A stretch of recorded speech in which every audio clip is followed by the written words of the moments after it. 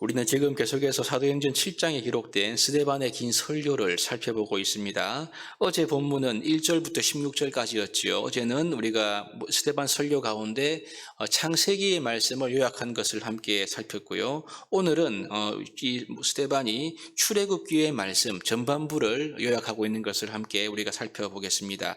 스데반이 여기 중요하게 다루는 인물은 모세인데요. 그 이유가 이 유대인들이 스데반을 고소했을 때 모세 율법 문제와 성전 문제를 가지고 고발 고소했기 때문에 이 지금 스데반이 모세의 문제를, 모세의 내용을 아주 심도 깊게 다루고 있는 것을 볼 수가 있습니다.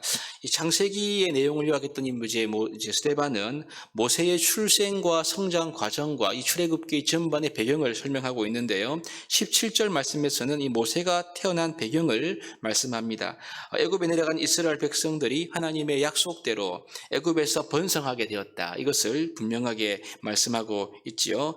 이런 과정에서 요셉을 알지 못했던 새로운 왕이 나오게 되고요. 그가 이스라엘 백성들을 괴롭히고 그 이후에 하나님의 이제 약속의 백성들을 억압하면서 남자 아기를 죽이는 그런 이제 일을 하게 되었습니다. 이 가운데 모세가 태어나게 되는 것을 다 알고 있지요. 그래서 이때 모세의 부모는 약 석 달 동안 모세를 숨겨 키우게 되었다가 더 이상 감출 수가 없게 되었을 때 이 모세를 나일강에 떠내려 보내게 되었습니다. 이때 바로의 딸이 모세를 보았고 모세를 입양해서 키우게 되었죠. 그래서 모세는 애굽의 왕자의 신분으로 성장하게 되었고 애굽의 모든 학문과 지혜를 배워서 애굽 사람으로 아주 능하게 클 수가 있었습니다. 이것이 하나님의 은혜였지요.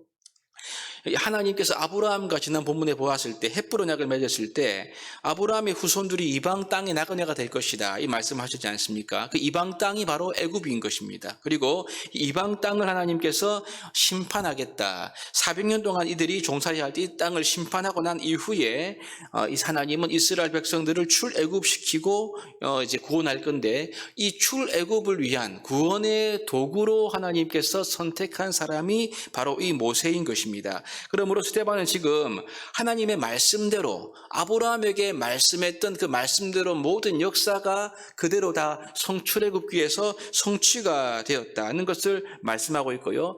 이스라엘 백성들을 이제 구원해 낼 사람으로 하나님이 모세를 택하셨다는 것을 말씀하고 있는 건데요. 오늘 본문 중에 더 중요한 부분은 23절부터입니다. 보시면 23절입니다. 나이가 40이 되매 그 형제 이스라엘 자손을 돌볼 생각이 나더니 이 모세가 이집트에서 컸지만 왕자로 컸지만 40이 되었을 때 자신의 동족을 돌볼 마음이 났던 것입니다. 그래서 이제 그 압제받는 형제가 있었을 때 애굽 사람을 쳐 죽이면서 살인하죠. 그때 이스라엘 백성들을 돕게 됩니다. 이것이 24절인데요. 보시면 한 사람이 원통한 일 당함을 보고 보호하여 압제받는 자를 위하여 원수를 갚아 애굽 사람을 쳐 죽이니라. 이 모세가 자신도 애굽의 왕자였지만 동족을 위해서 애굽 사람을 죽이는 일을 감행하게 되었습니다. 그 이유가 무엇인가? 왜 이 모세가 자기가 애굽의 왕자임에도 불구하고 애굽 사람을 죽였느냐? 그 다음 25절에 나오는데요. 보시면 그는 그의 형제들이 하나님께서 자기의 손을 통하여 구원해 주시는 것을 깨달으리라 생각하였으나 그들이 깨닫지 못하였더라. 여러분, 이 모세가 애굽의 왕자였지만 그가 동족을 괴롭히는 애굽 사람을 죽인 이유가 무엇인가? 그것은요, 모세는 하나님의 계획, 하나님께서 이 이스라엘 자손을 구속할 계획을 분명히 알았던 것 같습니다. 아마 그의 어머니의 교육 때문인 것 같은데요. 알았습니다. 그런데 문제가 무엇이었냐 하면요. 이스라엘 백성들인 거죠. 모세는 하나님의 계획을 알고 그것을 깨닫고 본인이 직접 애굽 사람을 죽이기까지 하면서 이렇게 도왔는데 이스라엘 백성들이 문제였습니다. 그들은 하나님의 계획을 깨닫지 못했죠. 모세를 향한 이스라엘의 반응이 그 다음 절에 기록되는데요.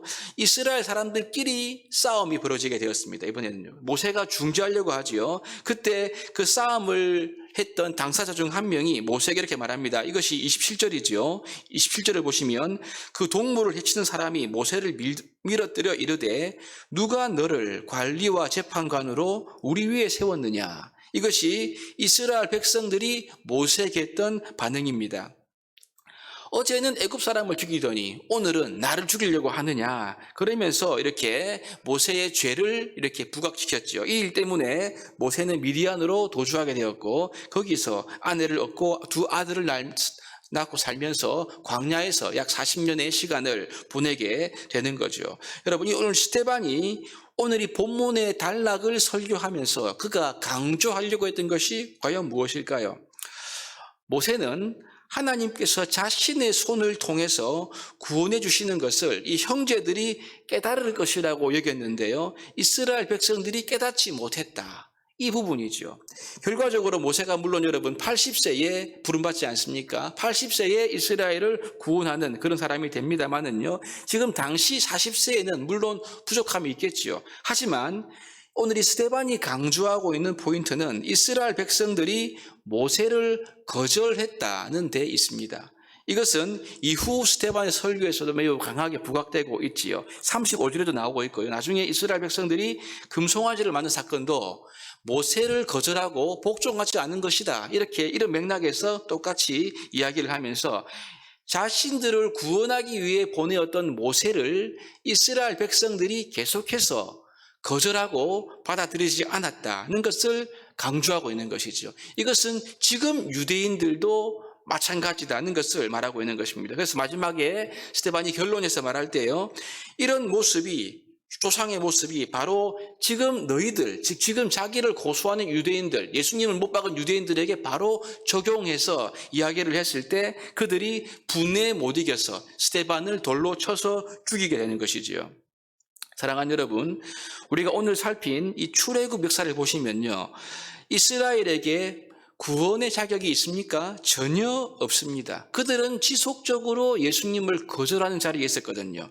하나님께서 이 아브라함에게 복을 주실 뿐만 아니라 자손을 많이 주셨죠. 그리고 땅을 주시겠다고 했지 않습니까? 그럼 여러분, 이 이스라엘 백성들은 하나님의 언약을 가슴에 품고 있어야 됩니다. 애굽에서 언젠가 우리를 구원하시고 우리를 약속의 땅으로 이끄실 하나님의 은혜와 그분의 구원의 역사를 기다려야죠.